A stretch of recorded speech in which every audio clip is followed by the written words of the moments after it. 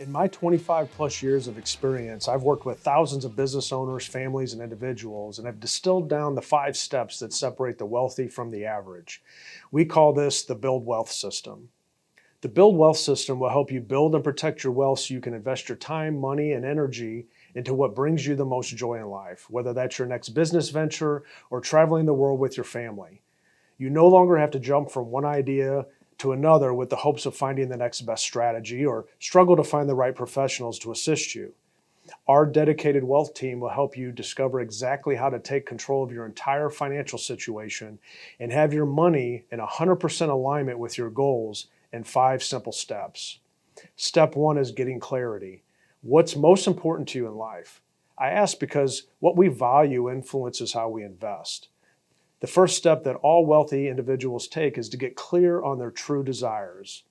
We'll dive deep into what's most important to you and help you understand how your money is currently flowing and to detect any holes where you may be leaking cash. We'll align your cash flow and resources with your goals so you can focus on what matters most to you in life, like retiring early, traveling and spending time with your family, or doing the things that you love. Step 2 is we'll help you identify all the roadblocks. Identifying the roadblocks standing in your way of achieving your goals is the key to overcoming them. We'll take inventory of your current financial picture, examine which resources, that's income, businesses, savings, retirement accounts, etc., that are propelling you towards your goals and which ones are holding you back so you can realign and take control of them and ensure money is available when you need it. Step 3 is building a solid foundation. It's critical to look at the pieces of your financial plan that pose the greatest risk so we can uncover any blind spots and ensure you're protected. We'll solidify the foundational pillars to make sure your financial plan is strong from multiple angles. This includes developing a private banking system designed to help reduce any dependency on banks. Step 4 is mirroring success. Success leaves clues, and there are key principles the top 1% use to manage their wealth and build their balance sheet. We'll come up with your custom plan using proper diversification and set formulas that mirror how the wealthy invest. Our wealth team supports you each step of the way so you can be confident that you're building a future-proof plan for yourself that will impact your current and future generations to come. Step 5 is mapping your progress. An often overlooked aspect to managing money is managing emotion. You're going to hear things that cause you to doubt if what you're doing is right. You're going to see the markets become volatile at times, making you feel anxious about what's next. Our wealth team will be here for you each step of the way to help you focus on your plan, evaluate your progress, avoid potential pitfalls, and make the necessary adjustments to keep you on track and moving towards your biggest goals and dreams. This system is designed to help successful business owners and individuals grow and protect their wealth. The result is having your money and your goals in 100% alignment for your future. If you are eager to accelerate your progress and build a financial plan, sign up to get plugged into the Build Wealth System today by visiting thebuildwealthsystem.com. You're listening to the Common Sense Financial Podcast. I'm your host, Brian Scribonia. Thanks for tuning in, and let's get into today's topic. Hi, I'm Brian Scribonia, and welcome to today's podcast. One thing I've learned over the last 6 months during a time of a growing market and economy to a sudden shift of social distancing and virtual workplaces due to COVID-19 pandemic is that people are motivated by 2 emotions, fear and greed. And I know listening to this can almost seem insensitive or downright offensive, but it's the truth. Think about it. As a parent, a business owner, friend, employee, spouse, neighbor, our emotions can lead us into making decisions that we can reflect back on after the emotion passes to realize that maybe we could have done better. I see this all the time with people when it comes to investment decisions. When markets are good, people believe markets will go higher and they become eager to ride the market higher. And when markets are bad, people believe markets will go lower and can experience an onset of behavior that is, if it's not managed, can lead to bad decisions. Take Lauren, for example. I met with Lauren last fall to discuss her plans for retirement in 2020. We discussed moving some of her money out of the market to protect it from a market decline since she was relying on this portion of her portfolio for income. At the time, I obviously had no idea what was about to happen and was simply practicing prudent planning by making a recommendation to protect what that money was designed for. And at the time, the markets were doing well, and there was no reason to think that they would go down. Well, like so many other investors in times when markets are good, she felt that the markets would continue to go up and can grow her investment assets a little higher without worry. But we now see this emotion called greed drove a belief that markets will continue to go up, and unfortunately turned out to be the wrong decision. Her emotion drove her decision making and caused her to lose sight of her retirement goal.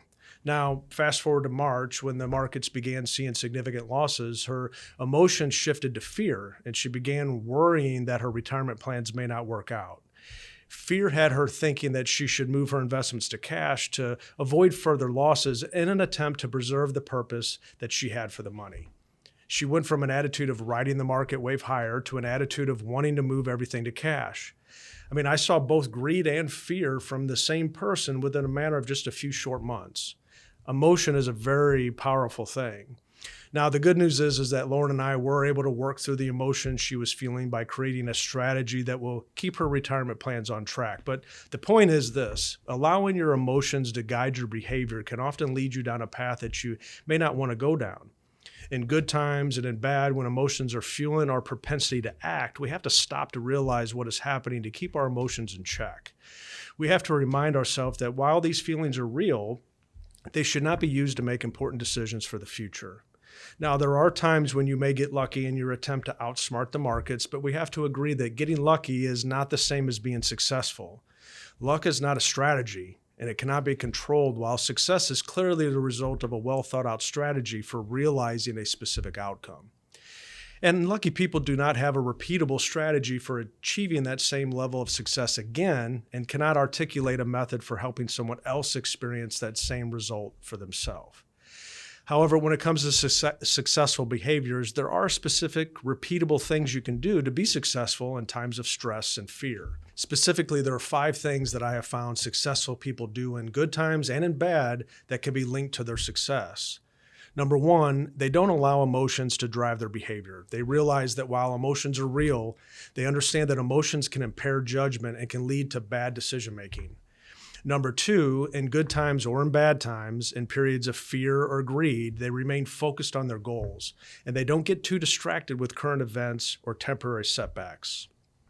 Number 3 is they focus on areas of their life that they have control over, and they set aside anything that they cannot control that only leads to worry and anxiety. Number 4, they manage their money different than the average person. When it comes to money, they ensure that they have access to cash. They work to control the outcome. They focus on creating passive income. They protect the purpose they have for the money. They strive for consistency over volatility.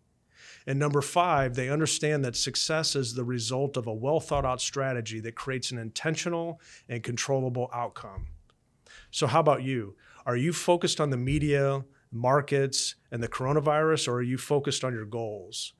No one can blame you or someone else for having some uncertainty about what is happening in our world right now with the coronavirus. We are experiencing an unprecedented event that is challenging our way of thinking, our way of life, and for some, their families.